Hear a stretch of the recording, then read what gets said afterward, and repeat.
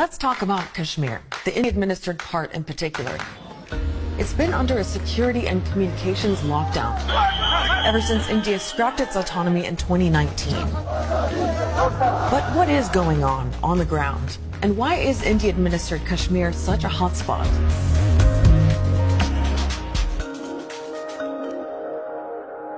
Let's start with the big picture. Kashmir is a divided region controlled by three nuclear powers, China, India, and Pakistan. But on this episode, we're going to focus on the part that India controls. The vast majority of the nearly 13 million residents here are Muslim.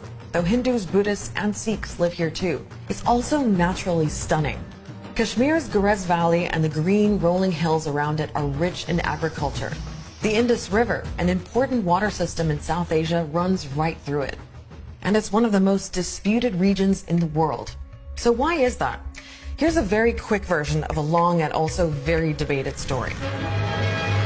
The British government's final decision as to how power was to be transferred from British to Indian hands. After the British left the Indian subcontinent in 1947, it was partitioned to create two new nations, Hindu-majority India and Muslim-majority Pakistan.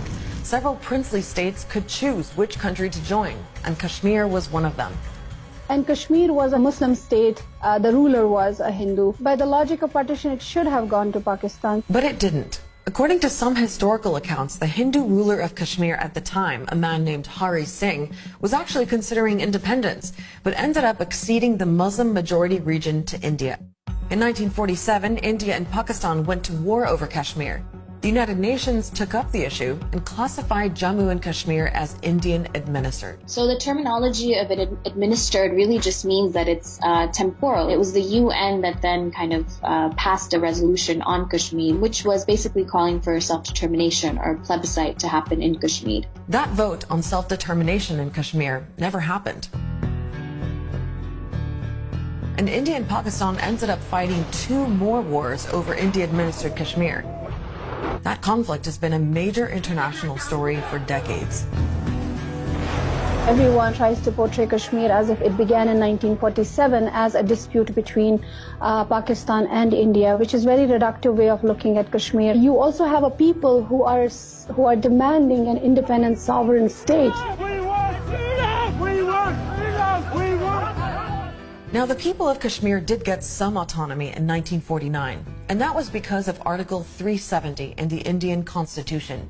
It gave the region of Jammu and Kashmir a special status. Meaning it could have its own prime minister, its own flag, its own constitution, its own legislative assembly. India would have control over Kashmir's foreign affairs, defense, and communications. But in the summer of 2019, that autonomy was revoked. India's lawmakers suddenly scrapped Article 370. A sudden and momentous decision. India's government says it's revoking special privileges granted to Indian-administered Kashmir. India shut down communication. No internet, no phones, and security measures like curfews were imposed. And local activists say thousands of people, including activists and even pro-India politicians, were reportedly rounded up. So why did the Indian government revoke Article 370?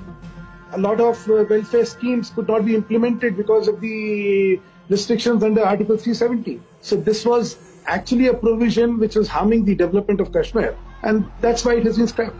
In fact, Prime Minister Narendra Modi had made a campaign promise to strip Kashmir of its special status when he ran for re-election in early 2019. He explained the move this way. इस नई व्यवस्था के तहत हम सब मिलकर आतंकवाद, अलगाववाद से जम्मू कश्मीर को मुक्त कराएंगे. So what's Modi talking about there? Let's start with separatism. Remember we mentioned Kashmiris have long wanted their own state? Well, over time, separatist groups entered local and national politics in Kashmir to challenge pro-India political parties and their supporters. Then, in the 80s, armed groups were formed. Some say they're fighting for independence. Others want Kashmir to join Pakistan. India describes these groups as terrorists after many attacks on Indian forces and civilians. In 1989, Hindu residents known as Kashmiri Pandits were being targeted. Hundreds were killed and tens of thousands left Kashmir. Today, a separatist armed uprising still exists in India-administered Kashmir. and India accuses Pakistan of directly supporting it, is one reason why New Delhi says its military needs to be there.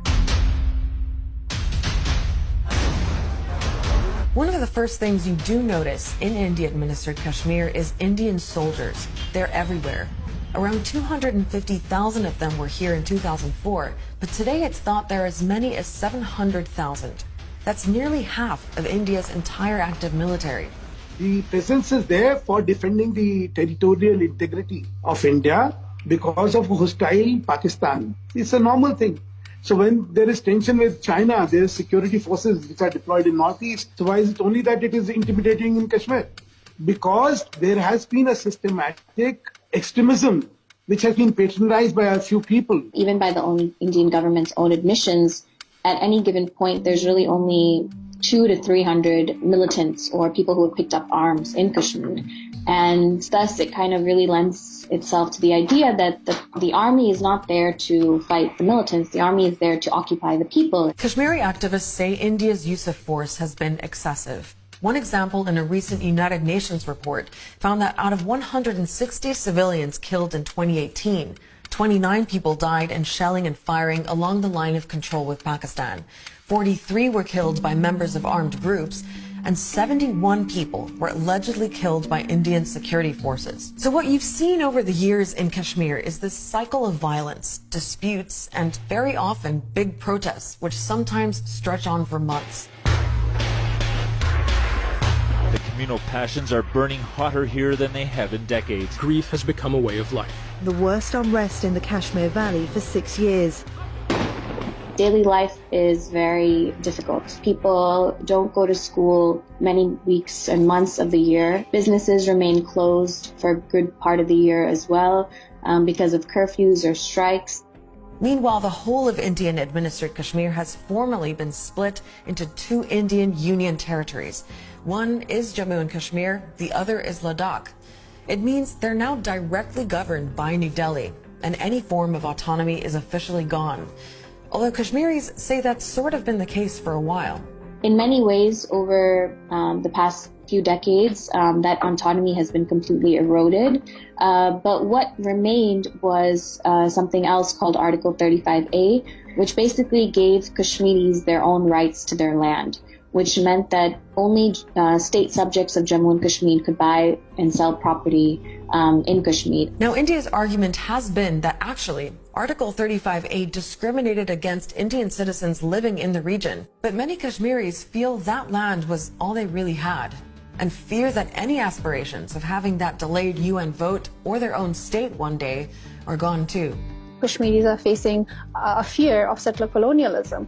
They are facing a concerted fear that they might be dispossessed. The people who had any hopes that India would at some point respect Kashmiri aspirations, even they've been completely exacerbated by this step. But that doesn't mean the dispute is over, and few Kashmiris will tell you they feel at peace.